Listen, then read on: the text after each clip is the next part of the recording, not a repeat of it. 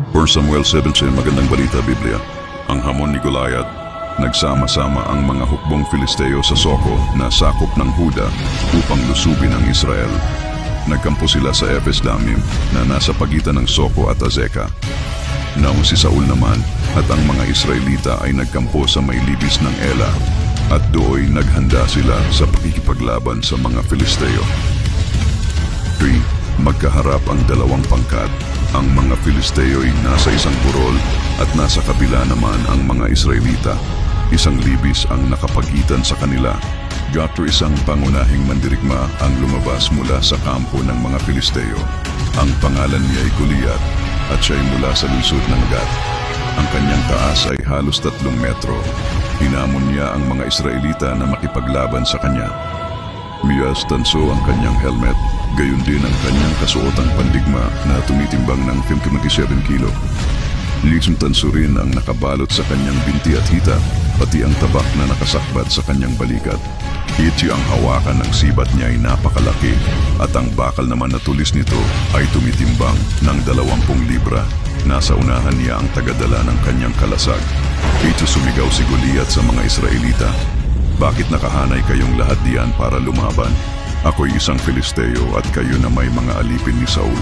Pumili na lang kayo ng ilalaban sa akin. 9. Kapag ako'y natalo, alipinin ninyo kaming lahat. Ngunit kapag siya naman ang natalo, kayo ang aalipinin namin. Tipon, hinahamon ko ngayon ang hukbo ng Israel. Pumili kayo ng ilalaban ninyo sa akin. 11. Nang marinig ito ni Saul at ng mga Israelita, nang hina ang kanilang loob at sila'y natakot. Si David sa kampo ni Saul 112. Si David ay anak ni Jesse na isang Efratita mula sa Bethlehem, Judah. Nang panahong iyon, si Jesse ay mahina na dahil sa katandaan. 8 ang anak niyang lalaki. Si David ang pinakabata. 13. Sina Eliab, Abinadab at Sama, ang 3 pinakamatatanda niyang anak ay kasama ni Saul sa labanan. 14. Habang sila'y kasama ni Saul, ang bunso namang si David, 15 ay pabalik-balik kay Saul at sa Bethlehem para alagaan ang mga tupa ng kanyang ama. Krisin. Sa loob ng 40 araw, umaga't hapong hinahamon ni Goliath ang mga Israelita. 15. Isang araw, inutusan ni Jesse si David, "Anak, dalhin mo agad itong 5 salok ng sinangag na trigo at 10 tinapay sa iyong mga kapatid na nasa kampo. Martin, ibigay mo naman ang 10 hiwang kesong ito sa pinuno nila. Tingnan mo na rin ang kalagayan nila at ibalita mo sa akin. Mag-uwi ka ng kahit anong bagay na makapagpapatunay na galing ka nga roon." 19. Ang 3 anak ni Jesse ay kasama nga ni Saul at ng mga Israelita sa libis ng Ela at nakikipaglaban sa mga Filisteo. 20 kinabukasan, maagang bumangon si David.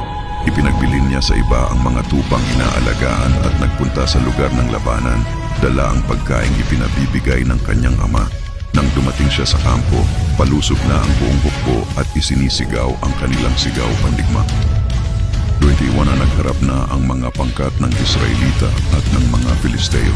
22 iniwan ni David sa tagapag-ingat ng kagamitan ng kanyang dala at tumuloy siya sa lugar ng labanan upang kumustahin ang kanyang mga kapatid. 23 samantalang sila'y nag-uusap, tumayo na naman si Goliath sa unahan ng mga Filisteo at muling hinamon ang mga Israelita. Narinig ito ni David. 24. Nang makita si Goliath, ang mga Israelita ay nagtakbuhan dahil sa matinding takot. 25 sinabi nila, "Tingnan ninyo siya, pakinggan ninyo ang kanyang hamon sa Israel. Sinumang makapatay sa kanya ay gagantimpalaan ng hari. Bibigyan ng kayamanan, ipakakasal sa prinsesa, at ang buong sambahayan ng kanyang ama ay hindi na pagbabayarin pa ng buwis." Tuwan-tuwa at tinanong ni David sa mga katabi niya, "Ano raw ang gantimpala sa sinumang makakapatay sa Filistiyong iyan at sa makakapag-alis ng kahihiyan sa Israel? At sino ba ang paganong ito na humahamon sa hukbo ng Diyos na buhay?" 27. Tulad ng narinig mo, ganoon ang gagawin ng hari sa makakapatay sa Filisteyong iyan. Sagot ng mga kausap niya. 38. Narinig ni Eliab, ang panganay na kapatid ni David, ang pakikipag-usap niya sa mga kawal. Nagalit ito kay David at sinabi, Anong ginagawa mo rito? At kanino mo iniwan ang iilang tupa na pinapaalagaan sa iyo? Alam ko kung anong nasa isip mo. Gusto mo lang manood ng labanan. 29. Sumagot si David. Bakit? Ano ba ang ginawa ko? Masama bang magtanong? 30. Tinalikuran niya si Eliab at nagtanong sa iba. Ngunit ganoon din ang sagot sa kanya. 31. Nakarating kay Saul ang mga sinabi ni David at ipinatawag niya ito. 32 sir. Pagdating kay Saul, sinabi ni David, hindi po tayo dapat masiraan ng loob dahil lang sa Filisteyong iyon. Ako po ang lalaban sa kanya. 33. Sinabi ni Saul, hindi mo kaya ang Filisteyong iyon. Batang-bata ka pa. Samantalang siya ay isang mahusay na mandirigma mula pa sa kanyang kabataan. 30 round. Ngunit sinabi ni David kay Saul, ako po ang nag-aalaga sa kawan ng aking ama. Kapag ang isa sa mga tupang inaalagaan ko ay tinatangay ng leon o oso, 35 hinahabol ko po ito at inaagaw ang tupa. Kapag hinarap ako ng leon o ng oso, hinahawakan ko ito sa panga at pinapatay. 36 nakapatay na po ako ng mga leon at mga oso. Isasama ko po sa mga ito ang Filisteyong iyon sapagkat ang nilalait niya ay ang hukbo ng Diyos na buhay. 37. Idinugtong pa ni David, iniligtas ako ni Yahweh mula sa mga mababangis na leon at mga oso. Ililigtas din niya ako sa kamay ng Filisteyong iyon. Kaya't sinabi ni Saul, kung gayon, labanan mo siya at samahan ka nawa ni Yahweh.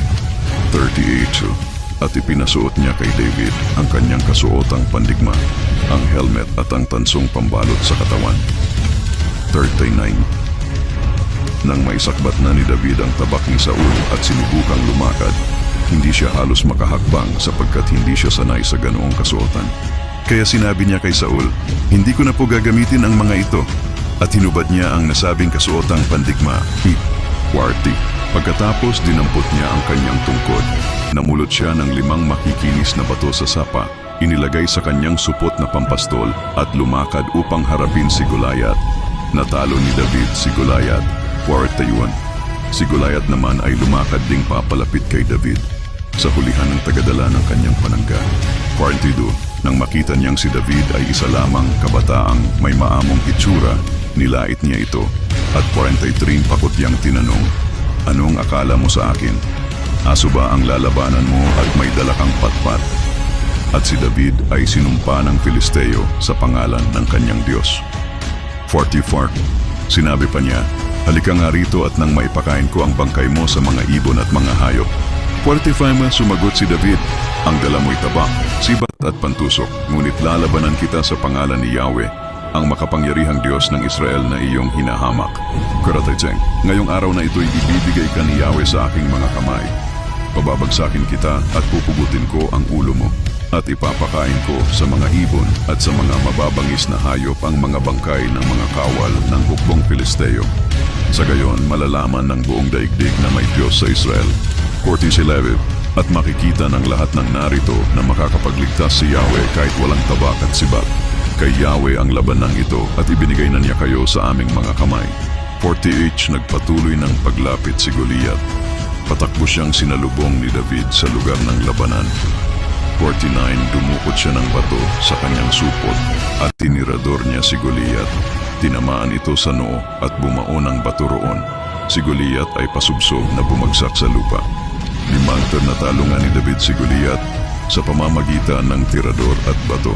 Napatay niya ito kahit wala siyang tabak. 5. Patakbong lumapit si David. Tumayo sa likod ni Goliath. Hinugot ang tabak ni Goliath mula sa suksukan nito at pinugutan ng ulo. Nang makita ng mga Filisteo na patay na ang kanilang pangunahing mandirigma, sila'y nagtakbuhan. 52. Sumigaw ang mga kawal ng Israel at Huda at hinabol nila ang mga Filisteo hanggang sa Gat sa may pagpasok ng Ekron. Naghambalang sa daan ang bangkay ng mga Filisteo mula sa Saaraim hanggang sa Gat at Ekron. 53. At nang magbalik ang mga Israelita buhat sa paghabol sa mga Filisteo, hinalugog nila ang kampo ng mga ito at kinuha ang lahat ng kanilang magustuhan. Humapapifore dinala ni David sa Jerusalem ang ulo ni Goliath, ngunit iniuwi niya sa kanyang tolda ang mga sandata nito. Iniharap si David kay Saul. Tantiyan. Nakita ni Saul nang sinusugod ni David si Goliath. Itinanong niya sa pinuno ng kanyang hukbo, "Abner, kaninong anak ang batang iyon?" "Hindi ko po alam, kamahalan," sagot ni Abner, Minan 6. "Kung gayoy ipagtanong mo kung sino ang kanyang ama," utos ng hari. Ni 27 nang magbalik si David, sinalubong siya ni Abner at sinamahan sa hari, dala pa rin ang ulo ni Goliath. 58 at tinanong siya ni Saul, "Kanino kang anak, binata?" Sumagot si David, "Anak po ako ni Jesse na taga Bethlehem."